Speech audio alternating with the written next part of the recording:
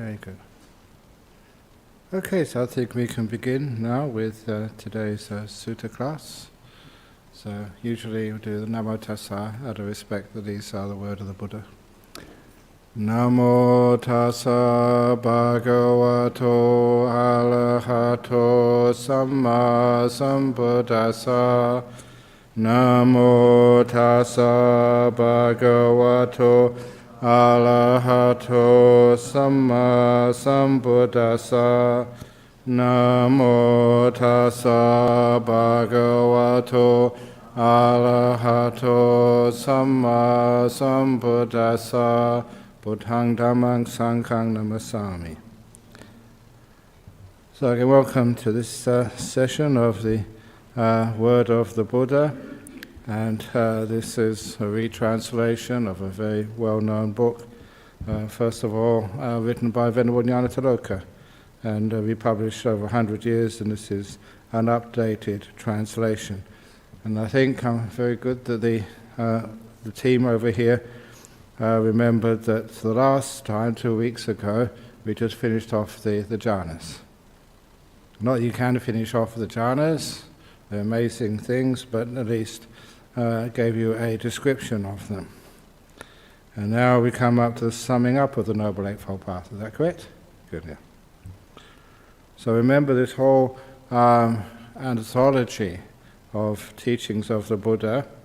It's an anthology, it takes a piece here, a piece there, a piece there, somewhere else, to describe the Four Noble Truths. And of course, the fourth Noble Truth is the Eightfold Path. So the whole book is just a very powerful skeleton, the main sort of framework on which all the other teachings are added onto. And it's very powerful just to know the basic teachings of Buddhism, the Four Noble Truths and the Eightfold Path. And of course, we're summing up the Noble Eightfold Path. This is that middle way, awakened to by the Buddha, which gives rise to vision, which gives rise to knowledge, which leads to peace, to direct knowledge, to enlightenment, to nibbana. Enter then upon this path and you make an end of suffering. So first of all, it's a middle way, because they always kept on saying it avoids the extremes of indulging in the five senses, and also the extreme of doing practices, negative practice, which literally tire and exhaust the body and the mind. So it is a happy path. And it's this statement, it gives rise to vision, to knowledge, leads to peace, direct knowledge, to enlightenment, to nibbana. Those are the five things which they keep on saying that if something is leading in that direction, then it is leading in the path. It must be the teachings of the Buddha. It must be the Dhamma. That was this saying which was given to Mahapajapati, the first bhikkhuni, and also to Upali, who was the one who was a Vinaya, the training expert. And so if anything leads to those things, to vision, in other words, not needing spectacles anymore, it means that inner vision, insight, to knowledge, not knowledge which you read in books, but knowledge which you get from your own direct experience, which leads to peace, which is an important thing here, because people can argue what vision is, insight is, knowledge is, but peace is something which you can't really mistake. To direct knowledge, which means your own experiential knowledge, to enlightenment, to nibbana. Enter upon that path and you make an end of suffering. Now, of course, nibbana, what is nibbana? So they give a few descriptions here of nibbana. When you know and see thus, the mind is no longer pulled out into the world of the five senses. It is liberated from the wanting asava. These are the three asavas.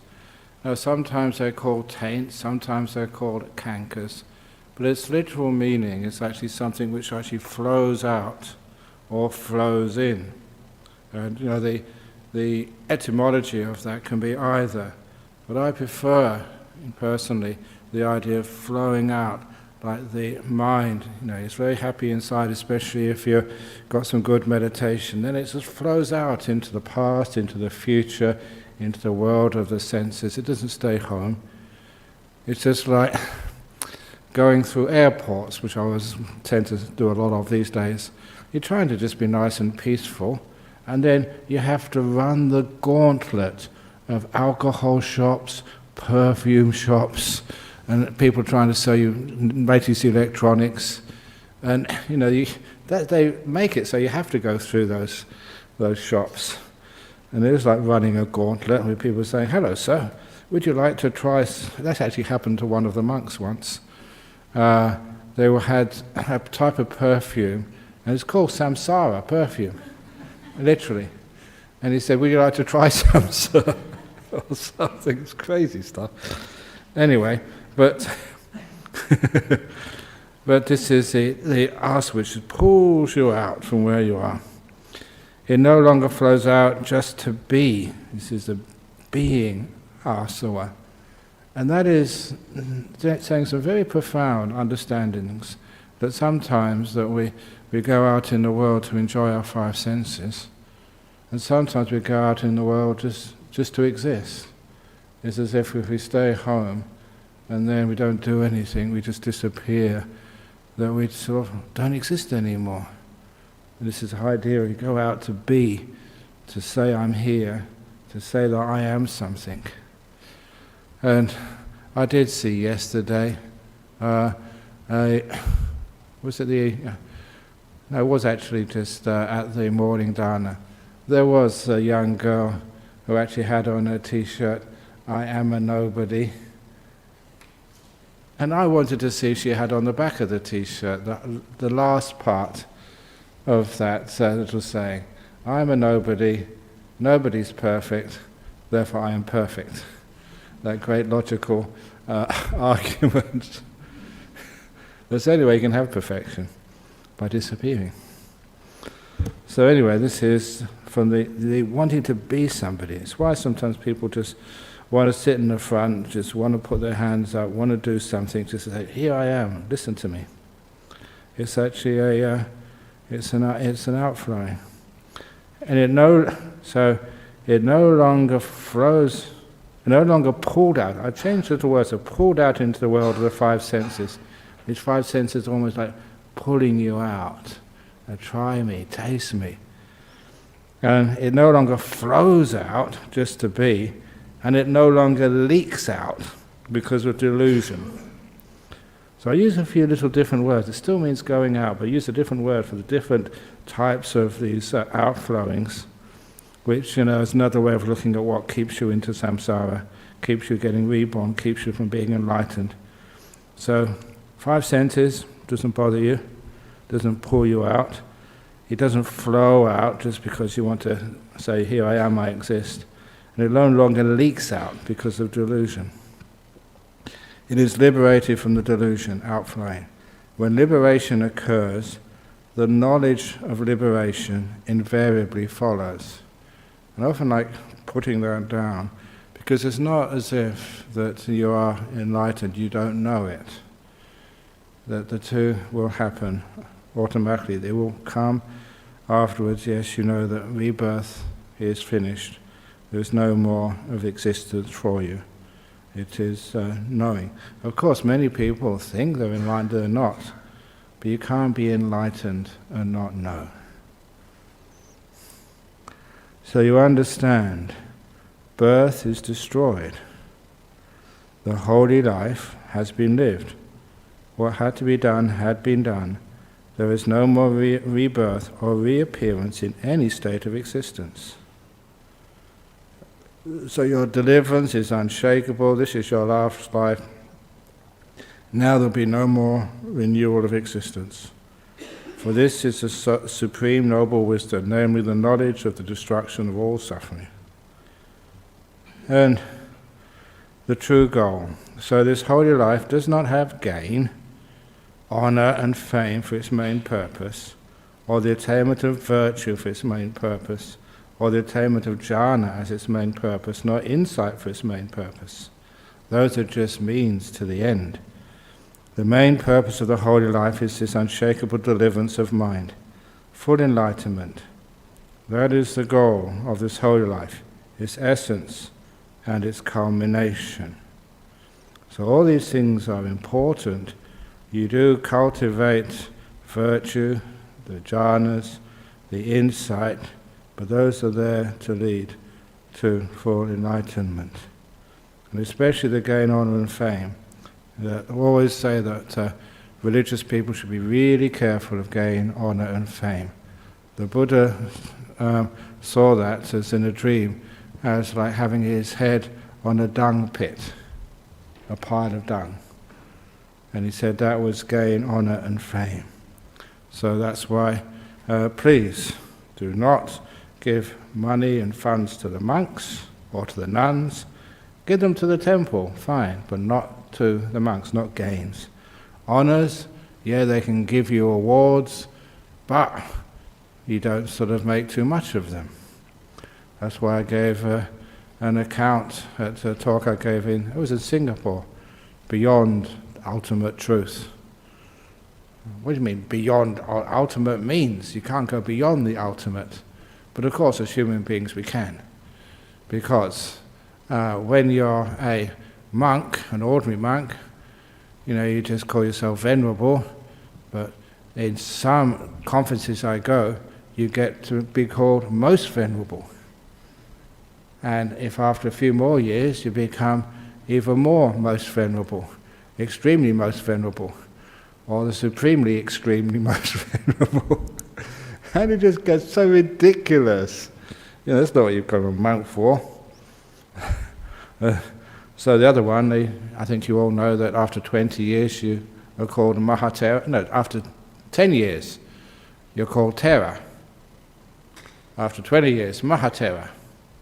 And that's usually as far as it goes. But I thought, well, if you're going to go Mahatera, what do you get after 30 years as a monk? So it should be Megatera. After 40 years, Gigatera. And I'm 43 years as a monk now, so that's why I'm happy, because Giggletera. And of course, after 50 years, you're Terra. You can see just how there's fame just causes a lot of problems in our world. And what else have we got over here? Fame and gain, honor, fame. That's it. Gain, honor, and fame for its main purpose. So that's not the point. So it's the main purpose of holy life is the unshakable deliverance of mind, full enlightenment. That is the goal of this holy life. And it may be that you will think, this was just before the Buddha passed away, the teacher's instructions has ceased. Now we have no teacher. Just the Buddha was about to pass away. It should not be seen like this. For what I have taught and explained to you was Dhamma and discipline. The discipline is Vinaya, the Dhamma is the suttas. Will at my passing be your teacher? Now that was an amazing little saying, because many times that people think, oh, why did not the Buddha anoint a successor in his lineage? Who would be the teacher after the Buddha passed away? And he said, there will be no anointed teacher. The Dhamma and the discipline, that will be your teacher. For it should not be seen on this. For what I have taught and explained to you as Dhamma and discipline will, at my passing, that will be your teacher. And what that meant, no popes, no archbishops, no patriarchs, matriarchs. So all the ideas of Sangharajas, Mahanayakas, Dalai Lamas or whatever, that was added much after the time of the Buddha. So the teachers, the boss, is not myself, not Mahanayakas or Sangharajas. The boss would always be the teaching of the Buddha, the Dhamma and the discipline. And that straight away took away all the possibilities of what happens when you have a power concentrated in one place. So you should live as islands unto yourself. being your own refuge when no one else is your refuge, with the Dhamma as your island, with the Dhamma as your refuge with no other refuge. Now that's also a very powerful thing, because sometimes that we get sucked into being a disciple of a guru. So no, live as an island yourself, with the Dhamma as your island, with your refuge. So your own wisdom, rather than just and the Dhamma, which you see in the suttas, that is the most reliable thing. And the idea, it's not mentioned here, but I always like to add that when we go for refuge, we go to refuge, the three refuges, to the Buddha, to the Dhamma, and who else? To Ajahn Brahm? No. To Sayadaw or whatever? No. To some Guru Rinpoche? No. To Ayahasapanya? No. Not to bhikkhunis, not to monks. We go to refuge, to the Sangha. It's a wonderful thing, because otherwise if we just commit to one person, that can be very dangerous. You're lucky if you have a good teacher, but your refuge is to the Sangha. So anyway, for these reasons, those matters that I have discovered and proclaimed, this is the Buddha speaking, should be thoroughly learned by you. This is what hopefully you're doing here. Practiced, developed and cultivated. Not just learned, but practiced, to find out if it works. If it doesn't work, see if it's the teachings are wrong, or that you haven't really understood them.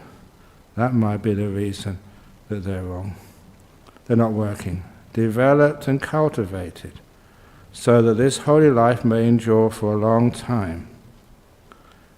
This is how holy life endures for a long time. This is by learning, practice, developed and cultivated. That's how the Dhamma in places like Sri Lanka and Burma are kept going. And I say that's a political point, because there are a vast minority think that in order to preserve Dhamma, you have to break your precepts and just destroy other people's property or even kill people. This is totally against what the teachings are. It says to actually to protect Dhamma, so it will, so that it may be for the benefit and happiness of the multitude, out of compassion for the world, for the benefit and happiness of heavenly beings and humans, so it will last a long time. How will it last a long time? Is actually by learning it, practicing, developing, cultivating it. So that's, what sometimes we have the time put in the newspapers, stop all the violence which happens. The Buddhists, well, not really Buddhists, nationalists, or very deluded people, I must admit I would say that, who are creating violence in some of these countries for the benefit and happiness of devas and humans. So anyway, now, you got a question already? Okay. Any questions on that before we go further? Until we get to the Simsapa simile, which is very powerful. Yes? Ajahn, so that Dhammapada stanza, yeah. So be your own refuge, yeah. That first two lines, yeah. Does that mean practicing to the stage of entering the stream? No, what does that mean? Be your own refuge is actually don't just follow other people. In other words, argue, ask questions, debate, discover. Don't just be gullible and believe others. Don't rely on sort of others, because there are many charismatic sort of teachers in this world. And some of those charismatic teachers, I've been around long enough to see some of these, and they are such shams, and they destroy so many people's faith. And I don't want to get political at all, but I remember reading about 3 or 4 months ago, there was a guru in the Punjab called the Guru of Bling. And I don't know if you saw that little article. He wore designer clothes. He had this really amazing Harley-Davidson bicycle, and he produced his own movies, in which he starred, and he was a total billionaire. And of course, eventually they found out that he was sexually abusing some of his disciples and was put in jail. And he was charismatic, he knew how to speak, but underneath all of that there was much. They say he left much to be desired. So it was a sham. But you see, time after time, people get sort of caught up in that, and they get blinded by charisma. And so this is why the Buddha was saying, be careful, just check it out for yourself. Don't just be gullible and just believe because some person just says, believe me. As they say in the West, don't leave your brain outside the temple when you leave your shoes out. Leave your shoes outside, but bring your brain inside. So, the way I'm hearing you is that it's simply to embrace active learning. Active? Active learning. Yeah, active learning, yeah, yes. And don't just believe and follow. Okay. Sorry, Ajahn, I haven't been here for all the classes. You're using enlightenment instead of extinguishment. Yes. Indeed, that's for different words, different contexts. So enlightenment in this particular context is understood. Yes, Ananda. Thank you. In that, you use three different terms, as you were saying, Ajahn, that no pulling out, no flowing out, no leaking out. Oh, yes, The three asavas. Yeah. Is it because the sensual delight asava is the grossest and the other one is the subtlest? I think so, yes, because the sensual delight, you can actually feel it's a good word, you get pulled out. So there's some music which I heard when I was a kid, and you just get moved out and just get sucked out and just pulled out into it. So the sensual desires are like that. You see this beautiful, hot girl or boy or whatever, and sometimes, you just, before you even know it, if you haven't got your mindfulness, you get pulled out, you get sucked out, or rather pulled out by these things. And of course, as you know, that much psychology into selling products and making them attractive is very, very profound. So it takes a long time to resist that. So this is where you get pulled out by the five senses. And what else? We get sort of flows out to be. So in a sense, it's not so involuntary. Not so involuntary, but still, you just want to exist. It's a very deep-seated desire. And it's also the leaking out of delusion. So I think it's almost different levels, Different levels. Yeah. Grossest to subtle. Yes, and I think it's great to have these different words, which actually, those words, again, you don't translate words, you translate sentences. And thank you, Ajahn. Those three words actually straight away gave that different level existence. Thank you. Very good. Okay. And other Simsapa leaves. This is one of the greatest of because sometimes people say, but sort of this is what the Buddha said, but there's more. Did he have any secret teachings, which were preserved amongst monks or nuns in communities because no other people could understand it at the time? Or was it preserved in some Naga realm or Deva realm for so many centuries because no one else could understand it? And this is a powerful saying. Which do you think are greater? The Buddha asking a community of monks. The few leaves that I hold in my hand, or all the leaves in the forest? Asked the Buddha. the leaves in the forest, came the obvious answer. Likewise, the things that I know but have not taught you are many, like the leaves in the forest, whereas the things that I have taught you are few, like the leaves in my hand. So he hasn't taught everything he knew. There are some secret teachings. So why didn't he teach everything he knew? The last sentence. The reason that I have not taught you these things is because they are irrelevant to the holy life and do not lead to enlightenment. So that was again a powerful. There are other methods, other teachings, other sort of stuff which the Buddha knew, but he kept it to the purpose of enlightenment, and it means that they weren't really relevant at all to enlightenment. So what he taught, he's saying here, is what is relevant to enlightenment. The other things, the great leaves in the forest rather than the leaves in his hand, those things are not relevant to enlightenment.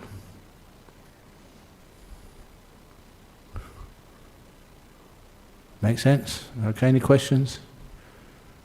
Okay, this is similar to Samsara beliefs. So when people say there were secret teachings hidden because people couldn't understand them, the Buddha actually says quite the opposite here. There's teachings he didn't say because they're irrelevant. Now, another way of looking at the Eightfold Path is something they call the Gradual Training. So this is not different to the Eightfold Path, as I will point out. This is actually just a parallel to the Eightfold Path, a different way of describing the same training or path. But because it's a parallel, also taught by the Buddha many times, you can combine these two together to see just how this path to enlightenment works. Eightfold Path, Gradual Training, the same, looked at from a different angle. Both taught by the Buddha. So the Gradual Training. First of all, the rising of the Buddha and the Dhamma. A Buddha appears in this world accomplished, Arahat, fully awakened, Samma Sambuddho, and prefer awaken for Buddha because it comes from the Pali word bujati, which does mean to wake up. Because we say enlightenment, that is used for just so many things. They have the enlightenment in Western Europe in the 17th, 18th century. But this is something a bit, well, actually very different. So, fully awakened, perfect in true knowledge and conduct. And I like the fact that whenever there's true knowledge, they say the conduct as well. Well liberated, that's this word, sugato. It literally means well gone. But well gone where? And so I sometimes like this, well liberated. Knower of the worlds, does that mean that he's a cosmologist? And the answer to those worlds is the three worlds. And it's not sort of a physical world, because the whole physical world is only just one of those worlds. So the cosmos of a theoretical physicist is only a third of the cosmology of a Buddha. So that's the world of the five senses, things you can touch and see and hear and smell and taste. That is just stuff. Of course, it does mean just planet Earth with all of its trees and flowers and soil and people and bricks and wood and stuff. But it also means the space. It also means just the solar systems and galaxies and universes. So all of that. But that is just one of those worlds. The other world is called the Rupa Loka. That is the jhana realms. And the other one is the Arupa, which is the immaterial realms. So there's three different types of places where not just the universe, the stars and galaxies. This is something even more, because the Buddha kept on talking about even these physical universes. They come and go, and just they call sangwata wiwata. Oh, wiwata first of all, so that's expanding, developing, evolving universes, and then sort of devolving. And the devolving could be something which is the three possibilities. And when I was doing theoretical physics, the big crunch, the big whimper, or just there was one in between. And I think that's just big whimper. In other words, just the whole we know as stuff keeps expanding, expanding, expanding, until all the stars just die out. No more energy. It just becomes this whimpering, just stable, just not hot enough for life. Nothing left. It is like a fire which dies out. Or it could have, if there's enough mass in this universe, it may get all pulled back again into this big crunch. But anyway, even, I always keep on mentioning Stephen Hawking, he admitted in the end he was the person responsible for the Big Bang, but eventually he knew that it was before the Big Bang had to happen.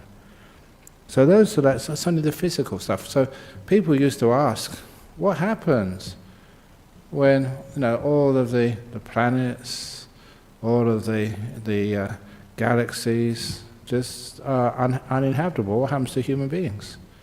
What happens to life as we know it? And that's where he said, well, they get reborn in the jhana realm mostly. Another place of existence, which is not dependent upon stuff.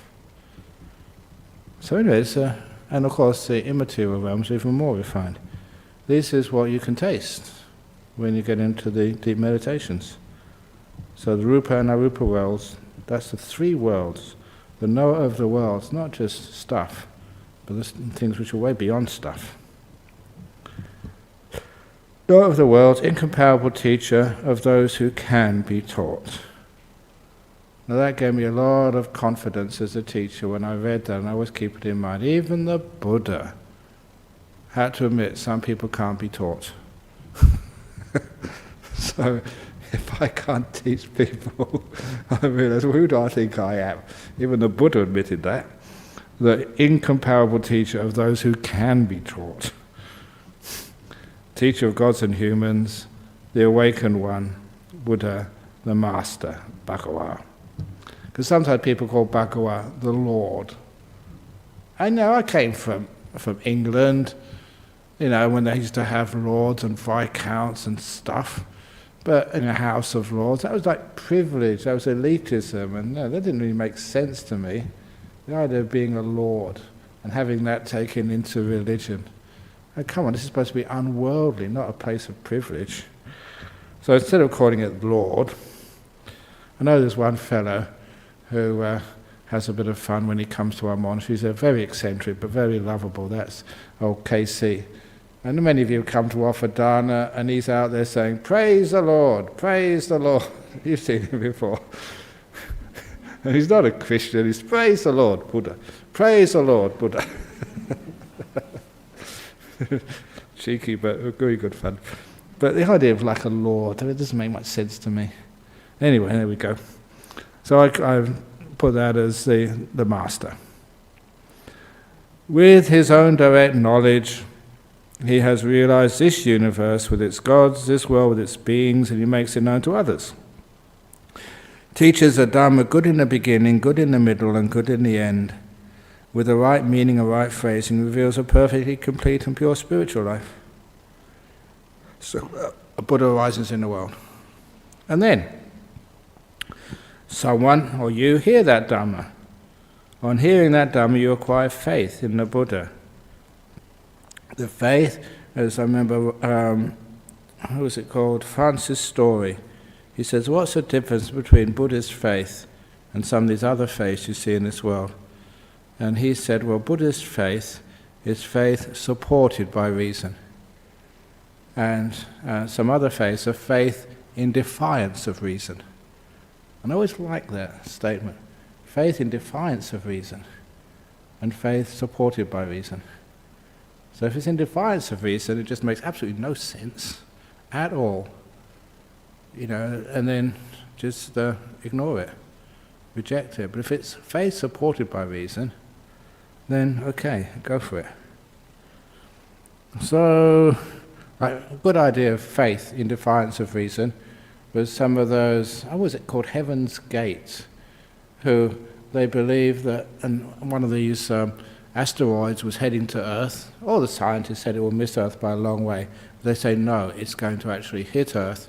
But behind that spacecraft, behind that asteroid, there's a spacecraft coming to save all those people who believe in my teachings, said their teacher.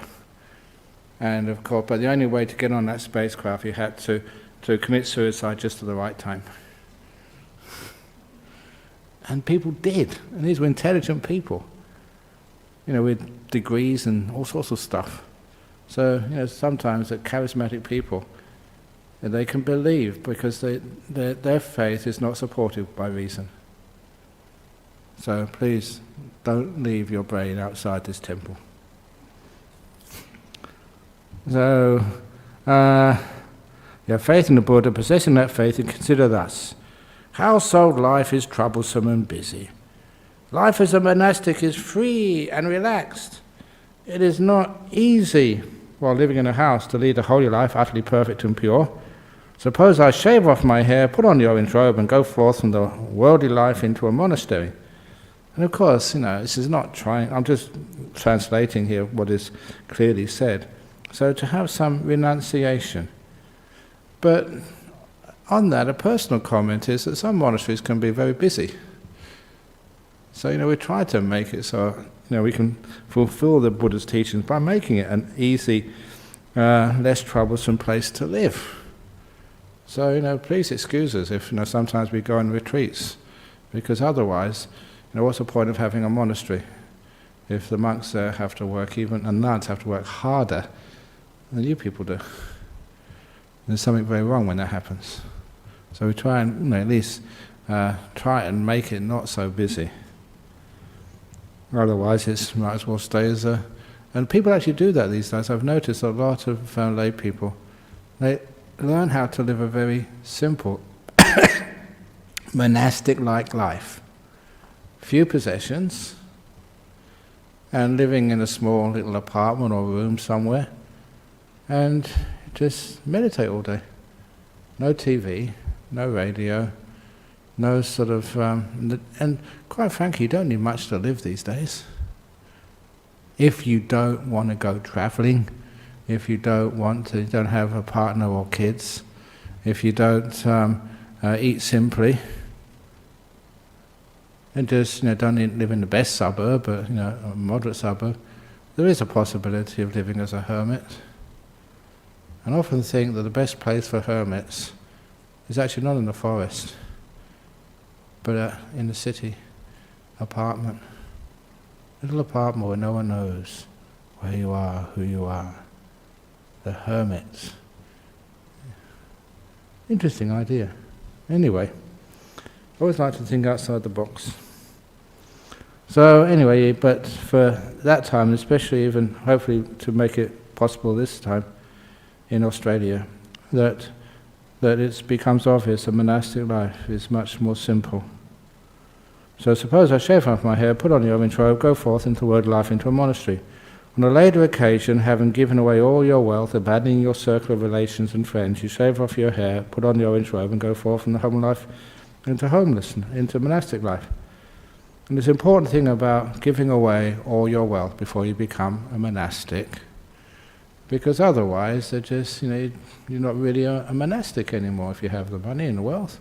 You can get whatever you want whenever you want it. So what's the difference? But the thing about being poor, in poverty as a monastic, is that you can be admonished in the sense that these monks of Kosambi, they had a big argument, and even the Buddha couldn't sort of settle it. So the lay community, they stopped feeding them for a week. If those monks had money, of course, they could have bought their own food.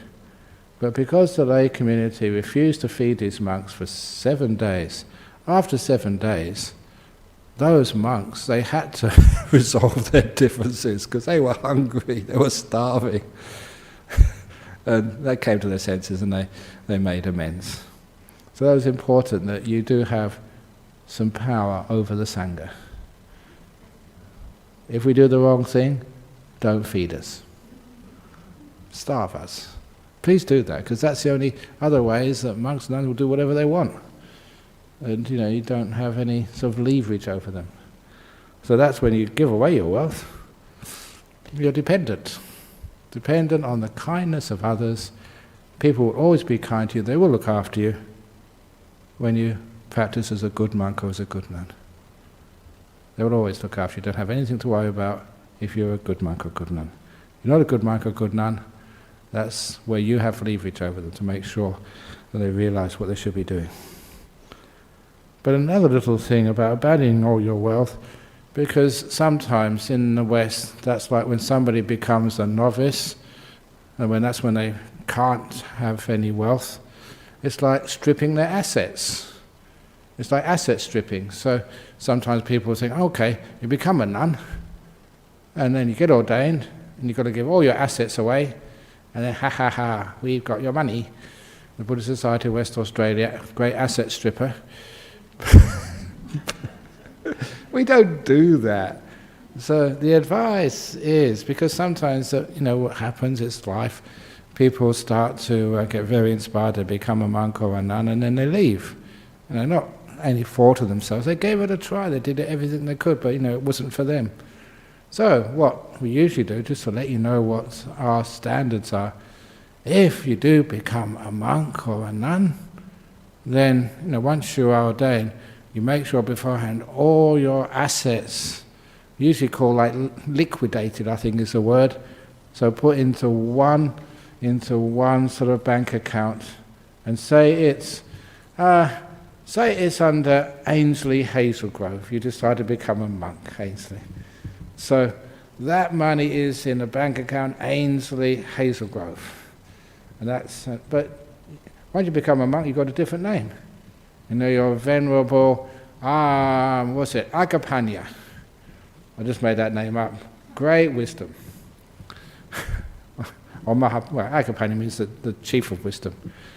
And then Venerable Agapanya, you can't access that because it belongs to Mr. Ainsley Hazelgrove. So it just sits there for a while, until, after 3, 4, 5 years, if you decide you're going to stay as a monk, because by that time, you get to understand what it's all about, and you can remain like that.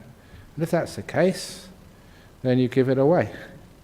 But I made this rule, this is not the Vinaya, but I think it's a very wise rule, that if by that time, you want to leave, you can't give, if that time you want to stay as a monk, you can't give all those assets to the monastery in which you live.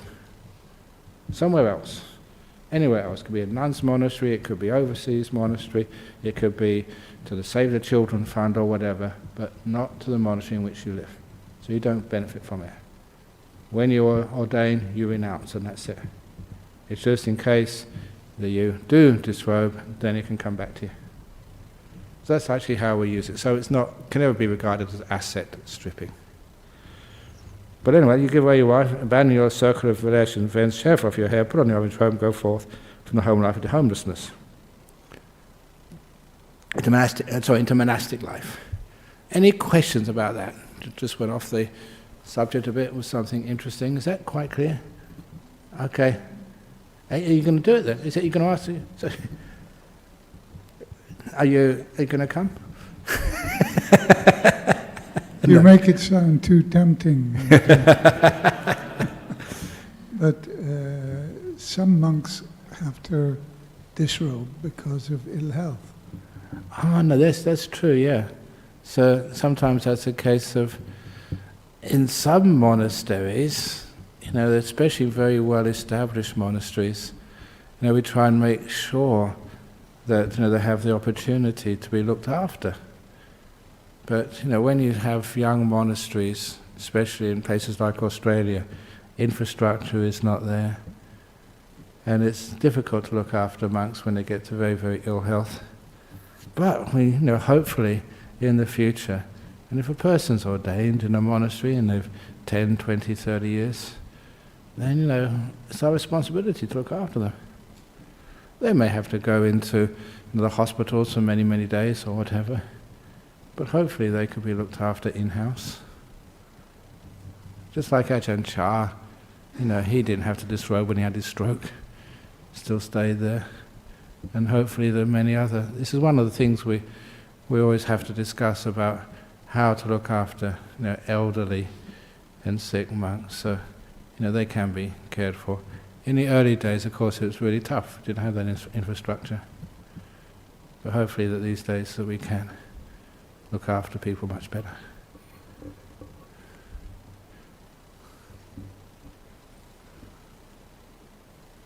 You got everything? Okay. Yeah.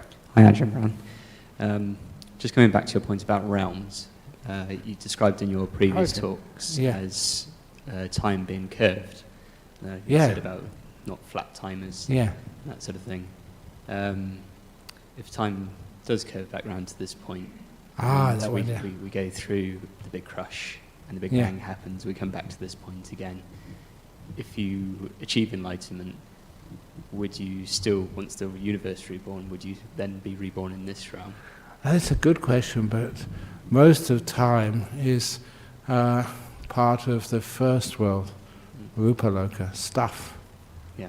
That's why, that is it the same sort of time as in the Rupa realm and the Arupa realm, the other two worlds?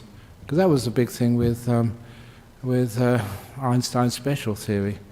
That he never called it space anymore, he called it space-time, like a 4-dimension, where time is just part of space, almost created by space.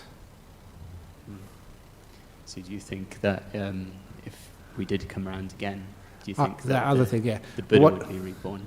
No, that's another type of coming round again. But it's, I refine that idea of space being curved by imagine an elastic band which is curved. It's a ring, but it's expanding so fast there's no way you can get round to where you started. Still curved, but expanding. And that's precisely the same with a physical space. Yeah, it's curved, there's no edge to it, but there's no way to actually to go so fast that you can just come back to where you started. It's just like when you rush after it, the thing goes further away, the edge, and so it's expanding so much, impossible to come back to where you started. Thank you. Unless, of course, there's always exceptions. Doctor Who could do that. Remember Doctor Who in the TARDIS? That was going when I was a kid. Apparently it's still going on. It's amazing, it just shows you how probably the episodes go round and round and round and round. That's why I repeat my stories. It's just... I don't know. Was there another question? So, yeah, over there's one. Ajahn, in this passage you talk about abandoning family and friends when going into the monastic life. I wondered if you could comment on how you can negotiate this in a wise and compassionate way, so it's not so much an abandon. Yeah. You're talking renouncing about becoming a monk. Becoming a monk, renouncing. Yeah, what it is that you do, having given away all your wealth, abandoning your circle of relations and friends, it doesn't mean you abandon, it doesn't mean you just totally say, like there's one monk I ordained with in Thailand, it was actually crazy, it didn't last that long. He wrote to his mother in England from Thailand, from Ajahn Chah's monastery, "Mum, I'm now a monk, regard me as dead." Imagine your mother receiving a letter like that. He was absolutely mad. But anyway, later on he sort of disrobed and he got reincarnated back into his family again. but anyway, that alternative to that is one of the monks I grew up with. I was sat next to him. He was about 1 or 2 months ordained before me. He's a I don't mind saying his name, Ajahn Dhamma. And very nice monk, very friendly, Canadian, but I think Latvian was, his family were in Latvia, and they, during the Second World War, when the Russians invaded Latvia or something, they fled to Germany and then eventually got resettled in Canada. But his mother got very sick. So his brother couldn't look after him, so he decided to do some compassion and go and look after his mum. And it was only just until she died, because she was that sick. And it took about 23, 24 years before his mother died, and he looked after her all that time.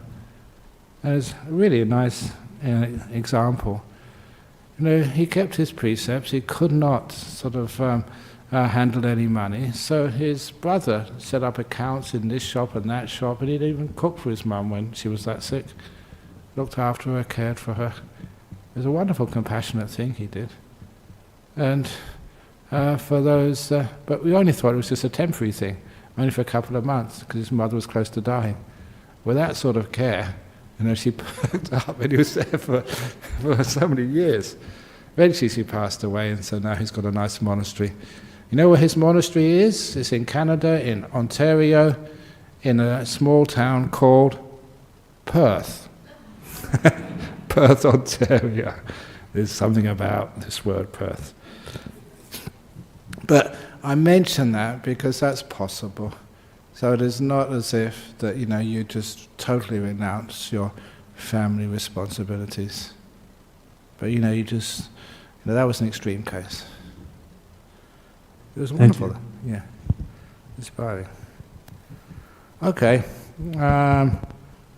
so you're in monastic life, or just even the spiritual life. Now the virtue. So now this is important here. The virtue. When you have gone forth, you trade in the monastic way of life.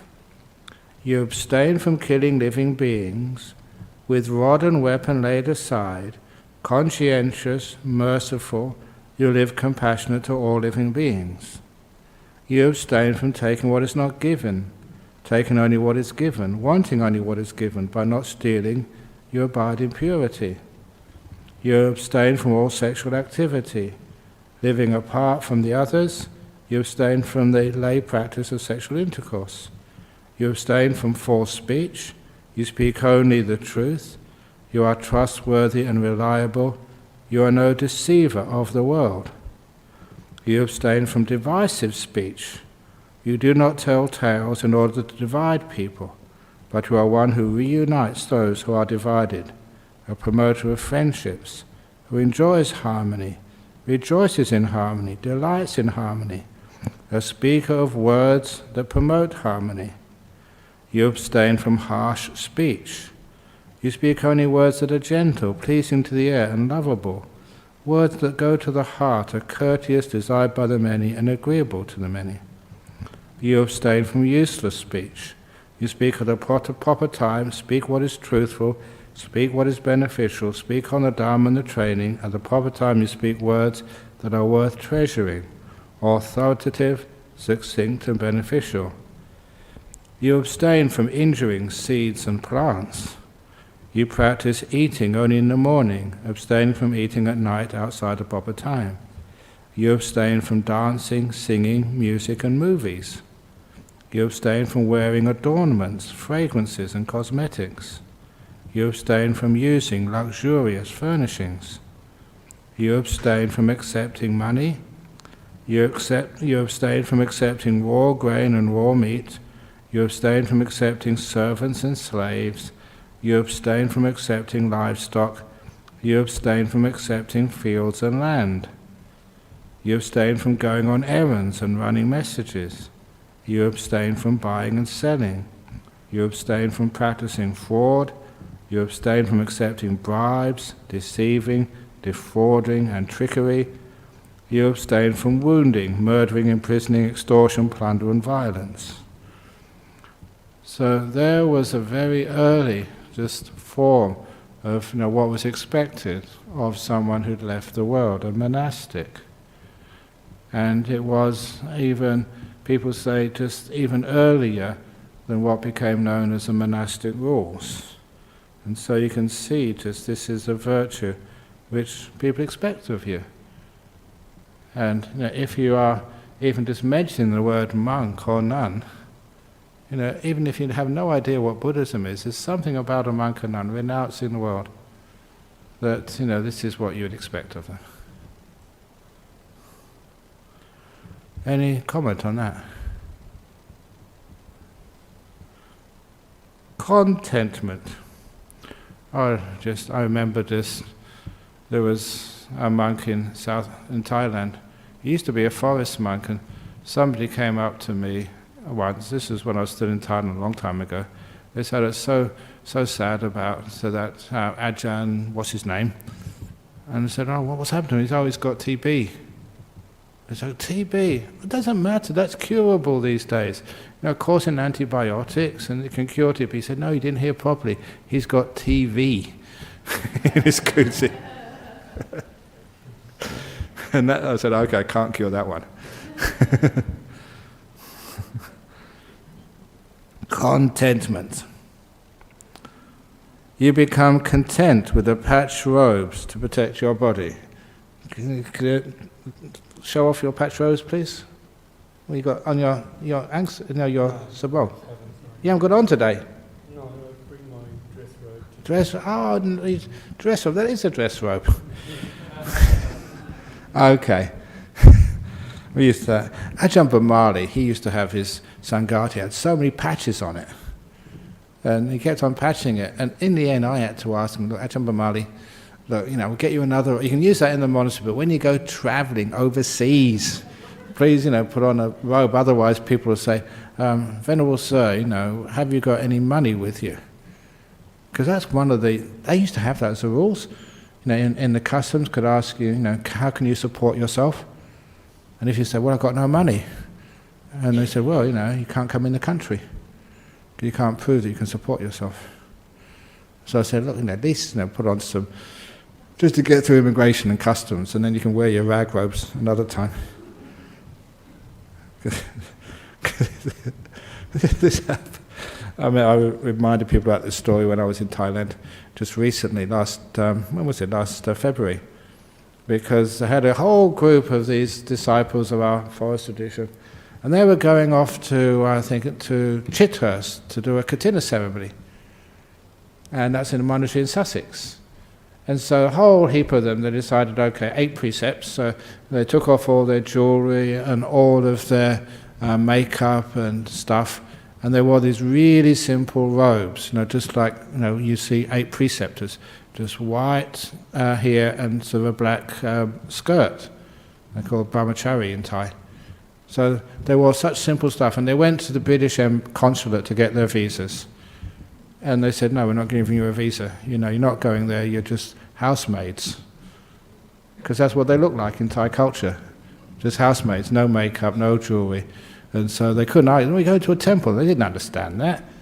So they went home, got dressed up, lots of makeup, jewellery and stuff, and they got their visa without any question. So sometimes, you've got to sort of be culturally appropriate. That was really funny when they told me.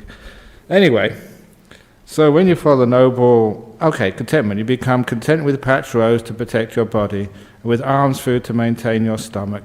And wherever you go, you travel taking only these with you, just as a bird, wherever it goes, flies with its wings as its only burden. And, I've often thought about that, walking through Thailand, just your bowl and your robes and hardly anything else, and it's just like being a bird. Just wander, nothing to tie you down. And it used to be great as a monk because you can go anywhere. And you can sleep out in the paddy fields, people know about you, and if you want to get some real solitude, you go into the cremation grounds, and no one would ever disturb you there because they were so afraid of ghosts. And the ghosts were afraid of me, so I had a lovely solitude in those places. They left me alone. And just walking wherever you want to go. Always in the morning you get enough food to walk the rest of the distance, whichever way you want. So I like that idea of having just few possessions. Especially just And I try to set the standard when I go travelling, just to have just a very, very small amount of baggage, so you can just go. I like that. Anyway, where are we going? Contentment. Wherever you go, you travel, taking only these with you. When you follow this noble virtue and contentment, content with little, you experience within yourself a delightful bliss, the joy of being blameless. Now this gradual training. Deeper and deeper happiness comes up. In other words, that you're such a good spirit, good precepts, harmless, a little amount of things, very soft footprint on our world. Few things. You're so peaceful. It's a joy just to be free of all these burdens. And you're a good person. If you practice virtue, there's a happiness comes with it. And a contentment with little. And then restraint of the senses. When you see an object, you do not let yourself get sucked in by marks and features that generate defilements. Since you've left the faculty of sight unrestrained, unskillful states of wanting and aversion would afflict you. Instead, you practice wisdom when seeing. You guard the faculty of sight, and you undertake the restraint of sight. So you see something you really like, or someone who really upsets you, you restrain them. Don't look at its marks and features, which actually excite you. And of course, when I became a monk, I was a very young man. Believe it or not, there's actually some photos of me as a young monk in a book coming out from Wat Pah Pong.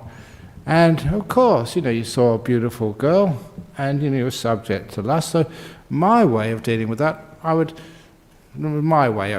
for her pimples. And I'd always see, there it is. There's always something which was imperfect. Because, the guy's idea was, she's so wonderful, she's perfect. And just focusing on the imperfect would mean that you stop the lust and the desire. And this was for a young guy, okay. And whenever you saw someone who really upset you, you look for the beautiful features in them. So that way, you restrain the senses by just looking not just what you wanted to see, but what balanced your view of a person. So they weren't beautiful, they weren't ugly, they were just a human being, that's all. So you're not accentuating just what you really want to see. Or when you have ill will, you're not just seeing, I was right, they are a BAS, whatever the rest of the word is. So the same with hearing a sound, having noticed a smell, having sensed a taste, having felt a bodily feeling, having cognized something in the mind, you do not let yourself get sucked in by marks and features that generate defilements, since if you left the mind faculty unrestrained, unskillful states of wanting and aversion would afflict you. Instead, you practice wisdom with the mind, you guard the mind, and you undertake restraint of the mind. When you follow this noble restraint of the senses, you experience within yourself an even more delightful bliss, the joy of being unagitated. That's Abhayasekara Sukha.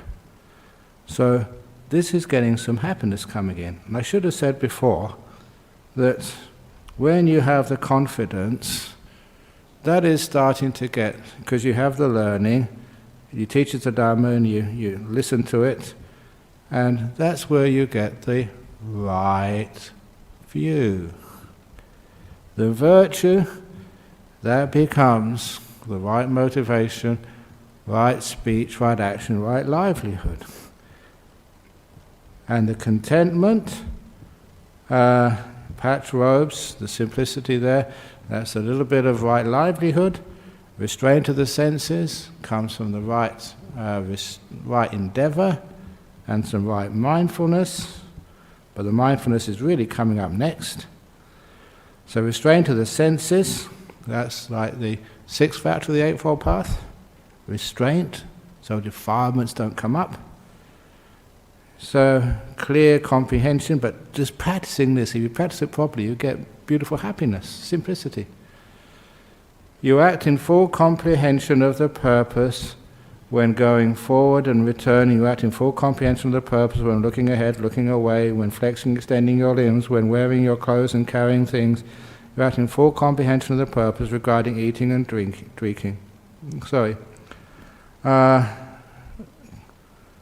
Eating and drinking. That's right, yeah. Defecating and urinating, walking, standing, sitting, sleeping, being awake, talking, keeping silent. So this becomes, part of the seventh factor, the satipatthana, meditation.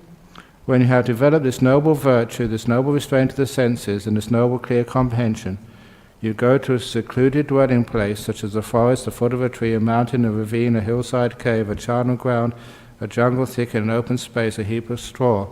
Those were the places where you could find solitude in those days. You sit down, folding your legs crosswise, straightening the body, establishing mindfulness as a priority. And now usually we go here, you start watching the breathing. Or you do something else, but this goes to the heart of it, abandoning the five senses. Abandoning wanting the five hindrances, Abandoning wanting for the world of the five senses, you abide with a mind free from wanting. You purify the mind from desire. Abandoning aversion, you abide with a mind free from ill will. Compassionate for the welfare of all beings, and you're included there, you thus purify the mind from aversion. Abandoning dullness and drowsiness, you abide with a mind free from dullness and drowsiness. Bright-minded, clearly comprehending, you purify the mind from dullness and drowsiness. Abandoning restlessness and remorse, you abide unagitated, with a mind inwardly peaceful. You purify the mind from restlessness and remorse. Abandoning doubt, you abide having gone beyond doubt. This is what it means by doubt. Unperplexed about wholesome states.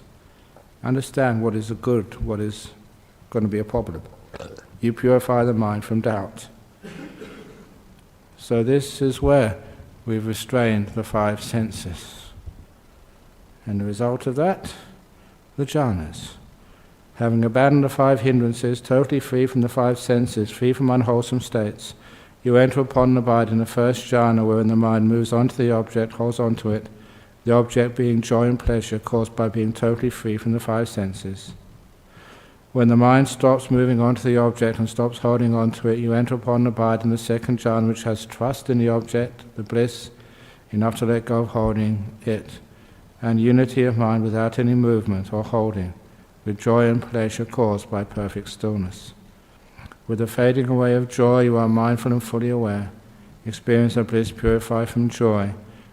Still blissful, but purified from joy, you enter upon and abide in the third jhana, on account of which noble ones announce one has a pleasant abiding indeed, who has such mindfulness and equanimity.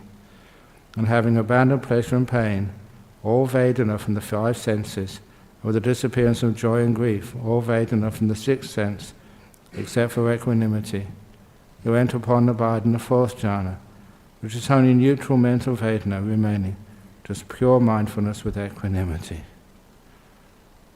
And that was the teaching of the gradual training.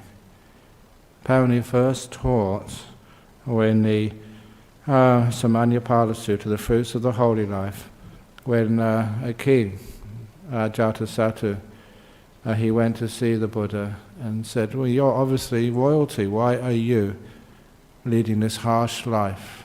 You could be living in the palace, enjoying the best food, dancing girls, they didn't have TVs in those days, sex, whatever. Why are you doing this for? And the Buddha said, because this is greater happiness than you have. And he was arguing why it was greater happiness. And happiness, because this is a gradual training, you get more and more inspired. You get, when you start keeping precepts, keeping those first factors of the virtue of the Eightfold Path, right speech, action, livelihood, and the right motivation behind it, 4 factors, that's where you get the blameless happiness. It's like generally just you're happier because when you break precepts, it harms other people, it also harms yourself. So you're happier when you keep precepts. I always say that people say, oh, have a good time. This is a good time. When you spend your holidays in a monastery rather than a pub. When you go to a retreat rather than a nightclub. When you get blissed out in jhanas rather than drugs. Good people have a good time. So this is, and from there, the higher happiness of simplicity and the higher happiness of restraining the senses. So instead of allowing the senses to destroy your happiness by seeing whatever you want, hearing whatever you like, instead you restrain it, keep them inside, and it's a higher happiness, more joy. And because you restrain the senses, it's much easier to have the clear, or you have the joy being unagitated, a peaceful mind, not agitated by wanting this or getting upset at that. And from the clear comprehension, then you can do the abandoning of the 5 hindrances. If the 5 hindrances are abandoned, then jhana is just simple. When the 5 hindrances are abandoned, that the doors to jhana are wide open. You go in there, of course you do. When the hindrances are there, that's what stops you entering the jhanas. So anyway, there we have the gradual training, a parallel to the Eightfold Path. Again, taught by the Buddha. Any questions or comments? So that's a nice comment, thank you. Okay, I have a few questions. I have to leave at least by 4:20, because I have to go to church today. It's Sunday. Now every year they have an interfaith service, so I put my name down to that. We're supposed to be starting at 5 o'clock, we should get at 4:45 anyway. 4:30 may be okay. From USA, what advice would the Buddha give to lay Buddhists who don't have much time to meditate, but still at least want to put their best foot forward towards stream entry? You do have time to meditate. It's just grabbing that time, giving it importance. If it's in the USA, if it is, what is a Super Bowl or something, people always find time to watch football. They always have time to watch the last episode of, I don't know, Friends or Seinfeld or something. If it's important, you can always find the time. So I remember just, because you were laughing, I remember going to Adelaide once, and not so many people turned up to the temple when I was giving a talk. I said, why? I said, it was really badly scheduled, because today, exactly when I was giving my talk, there was a one-day cricket international between Australia and Sri Lanka in Adelaide. So I said, well, I know Sri Lankan people. My talk can be videoed, they can see it in the next one. So next time, please don't schedule it the same day. Invite me another time. But you see, when people really want to do something, of course they can find the time.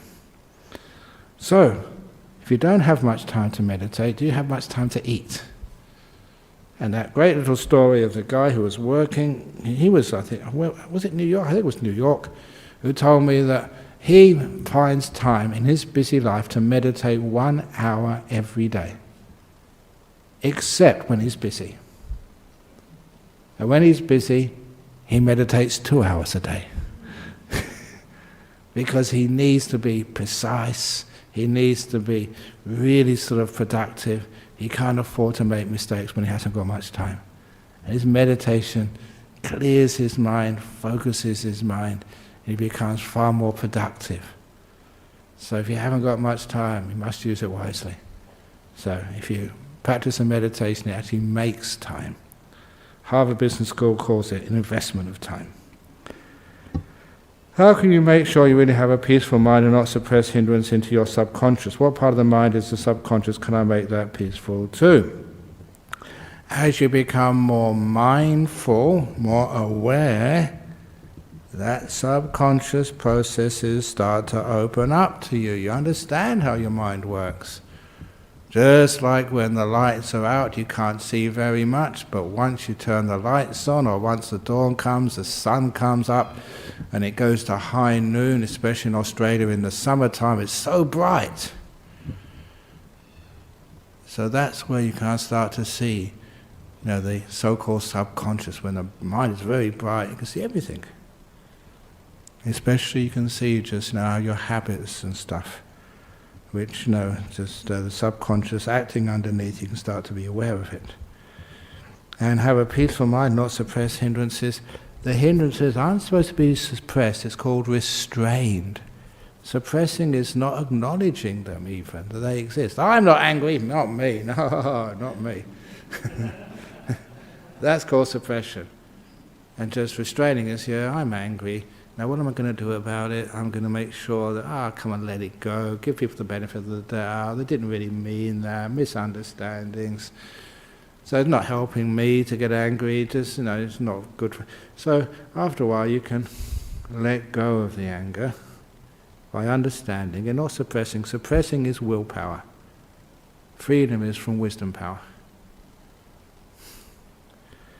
So that's why you don't suppress it from will. You actually understand it through wisdom. And of course you can make everything peaceful. And lastly, in environments of high stress and violence, it can be hard to meditate. It's a particular technique one can use to settle down, kind of a pre-meditation method. That's a very good question. Sometimes people are really highly stressed. Sometimes even people ask me, and I said, fair enough, listen to some quiet music first of all. You just come home from work, not sort of death metal or gangster rap or anything which is even like rock music, but something which calms you down a little bit. And then maybe even more calm, not for entertainment's sake, but just to settle you down. Find a nice quiet place to meditate. That really helps. You have a place where you can go. And then you can settle down. Remember, just what happens before you sit on your cushion is also really important. So I often mention, I should mention that more often on a Saturday afternoon, when you come in here to meditate, if you've been arguing with somebody, rushing around out there, of course, it's going to take you a time to settle down. That's one of the reasons why that when we teach a meditation here, especially on a Saturday afternoon, I do 15 minutes of talking first of all, just before we start meditating on a Saturday afternoon. People said, why can't we just start meditating straight away? That 15 minutes is not just to give you some instructions, it's just calm people down, settle people down from just rushing sometimes to get here on time doing stuff, so you can be peaceful. So, any questions from the floor here? Or as I said, from the seats, not just the floor, from the cushions. Yeah. Just quickly, Ajahn Brahm. My brother suffers with periophobia. I don't know if you've heard of this before. With what? A periophobia, which is a fear of infinity. Fear of infinity. A fear of infinity? Yeah. Wow. It afflicts a very small number of people, but it's not so much the fear of death, but the fear of the eternal reincarnation, or the fear of an eternal heaven realm, or something like this. That's cool. Yeah, exactly. I was just thinking, is there any advice that you could give to such people in order to help ease their suffering? Suffering? I think I'm right behind them. That's wisdom, not suffering. So, yeah, you've got a problem there, we'll do something about it. Mm. So it's like a fear of light. It's a fear of darkness, so turn on the light. Yeah. So see if you can learn what makes infinity happen. What makes things endless? Why does it go on? And of course, you can find out the main thing is wanting. Wanting causes this world to go round and round and round and round. I quite liked Ajahn Chah's analogy of still flowing water. Yeah. So see if that water could fall down the sinkhole and disappear forever. Okay, so we'll have to end now because otherwise I'll get into trouble. Sadhu, sadhu, sadhu. Okay. Sometimes I've got that fear of infinity, the talk goes on forever and ever and ever. So maybe it's best to put a Dhamma Sangha.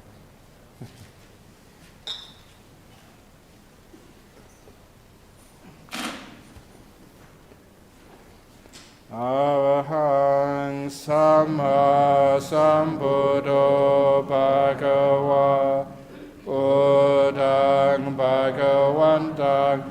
abhivademi.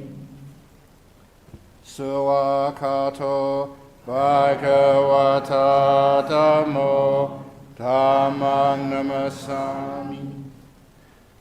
Supatipano bhagavato sāvaka sangho sanghang namami.